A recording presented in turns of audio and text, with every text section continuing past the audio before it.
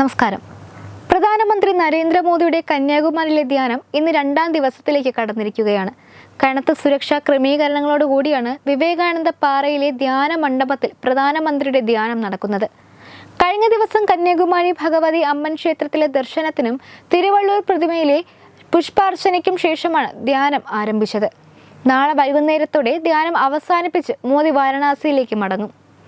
ഇപ്പോഴത്തെ 45 മണിക്കൂർ ധ്യാനവുമായി ബന്ധപ്പെട്ട ആദ്യ റിപ്പോർട്ടുകൾ പുറത്തു വന്നിരിക്കുകയാണ്. കഴിഞ്ഞ ദിവസം രാത്രി 7:30യോടെയാണ് ധ്യാനം ആരംഭിച്ചത്. കാവ്യ വസ്ത്രം ധരിച്ചാണ് മോദി ധ്യാനത്തിലിരിക്കുന്നത്. രാത്രി വെറും ചൂടുവെള്ളം മാത്രമാണ് പ്രധാനമന്ത്രി കുടിച്ചത്. പ്രത്യേക മുറി ഒരുക്കിയിരുന്നെങ്കിലും മോദി അത് ഉപയോഗിച്ചില്ല. ധ്യാന മണ്ഡപത്തിൽ നിലത്താണ് പ്രധാനമന്ത്രി കിടന്നത്. പുലർച്ചെ സൂര്യോദയം കണ്ട ശേഷം പ്രാർത്ഥനയിലേക്ക് കടന്നു. നാളെ ഉച്ചയ്ക്ക് ശേഷം ധ്യാനം അവസാനിപ്പിച്ച് തിരുവനന്തപുരം വഴി ദില്ലിയിലേക്ക് മടങ്ങും. തീരത്തെ ഭഗവതി അമ്മൻ ക്ഷേത്ര സന്ദർശനത്തിന് ശേഷമാണ് ഇന്നലെ 6 മണിക്ക് വിവേകാനന്ദ എന്ന ബോട്ടിൽ പ്രധാനമന്ത്രി വിവേകാനന്ദ സ്മാരകത്തിലേക്ക് തിരിച്ചത്. കന്യാകുമാരിയിൽ ഹെലികോപ്റ്ററിൽ വന്നിറങ്ങിയ പ്രധാനമന്ത്രി ഗസ്റ്റ് ഹൗസിൽ വസ്ത്രം മാറ്റി വെള്ള മുണ്ടും മേൽമുണ്ടും അണിഞ്ഞാണ് പുറത്തേക്ക് വന്നത്. ക്ഷേത്രത്തിലെത്തിയ പ്രധാനമന്ത്രിയെ പൂജാരിമാർ പൂർണ്ണകുംഭം നൽകി സ്വീകരിച്ചു. കന്യാകുമാരി ദേവിയുടെ ചില്ലിട്ട ചിത്രവും പ്രധാനമന്ത്രിക്ക് സമ്മാനിച്ചു.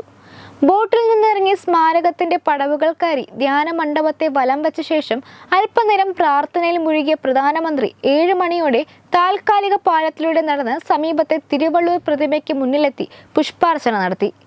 വിവേകാനന്ദ സ്മാരകത്തിലേക്ക് തിരികെ എത്തി 7:30യോടെ ധ്യാനം തുടങ്ങി. രാവിലെ പ്രധാനമന്ത്രി നരേന്ദ്രമോദി വിവേകാനന്ദ പാറയിൽ ധ്യാന കേന്ദ്രത്തിന് പുറത്തിറങ്ങി സൂര്യോദയം ആസ്വദിച്ചു. സ്വാമി വിവേകാനന്ദൻ ധ്യാനമിരുന്ന അതേ ഇടത്താണ് മോദിയും ധ്യാനമിരിക്കുന്നത്. കന്യാകുമാരിയിൽ കനത്ത സുരക്ഷാ വലയമാണ് പോലീസ് തീർത്തിരിക്കുന്നത്. കടലിനും കരയിലും SPGയുടെ പ്രത്യേക നിരീക്ഷണവുമുണ്ട്. അവസാനഘട്ട തെരഞ്ഞെടുപ്പിനെ സ്വാധീനിക്കാനുള്ള തന്ത്രമെന്നാണ് പ്രതിപക്ഷ പാർട്ടികളുടെ വിമർശനം. ധ്യാനത്തിന് തെരഞ്ഞെടുപ്പ് കഴിയുന്നതുവരെ വിലക്കേർപ്പെടുത്തണമെന്ന പ്രതിപക്ഷ ആവശ്യം തെരഞ്ഞെടുപ്പ് കമ്മീഷൻ തള്ളിയിരുന്നു.